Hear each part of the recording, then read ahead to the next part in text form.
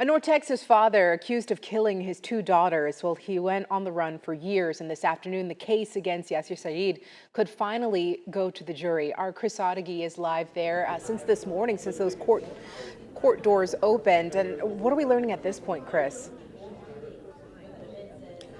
Well, Cleo, both sides just wrapped up their closing arguments, and now it is up to the jury to retire to the jury room and begin their deliberations. They'll have to weigh the evidence presented against Yaser Said versus the story he told when he took the stand yesterday. Over the first week of this trial, they heard evidence that Said was abusive towards his family and angry that his daughters, Amina and Sarah, were dating American boys. So much so that the two girls and their mother fled the state just a week before the girls died. But those that knew the girls said they reluctantly returned home, knowing their father could hurt and possibly kill them. In fact, Amina wrote that she feared that fate in an email.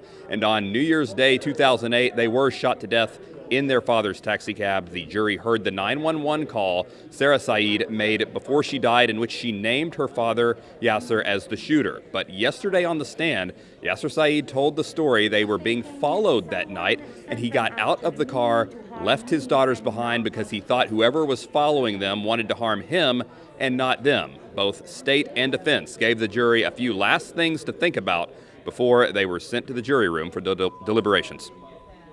He is asking you to suspend all common sense, all reality, to believe that story. It was so absurd. It is insulting to the memory of Amina and Yaser Said. No DNA taken or tested, ladies and gentlemen. No fingerprints.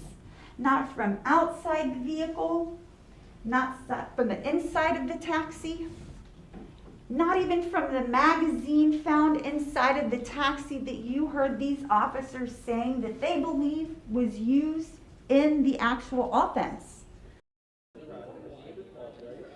And if convicted, Yaser Said will get an automatic sentence of life in prison, no parole. Stay tuned to WFAA and WFAA.com. We'll send out that alert when the verdict is reached, and we will also stream the verdict when it's read. Also on WFAA.com right now, my colleagues Rebecca Lopez, Tanya Yaser, I can see them right over there. They're analyzing what they heard throughout this trial. Of course, they've been covering this case since the very beginning, back in 2008. Cleo, back to you. All right, Chris, thank you.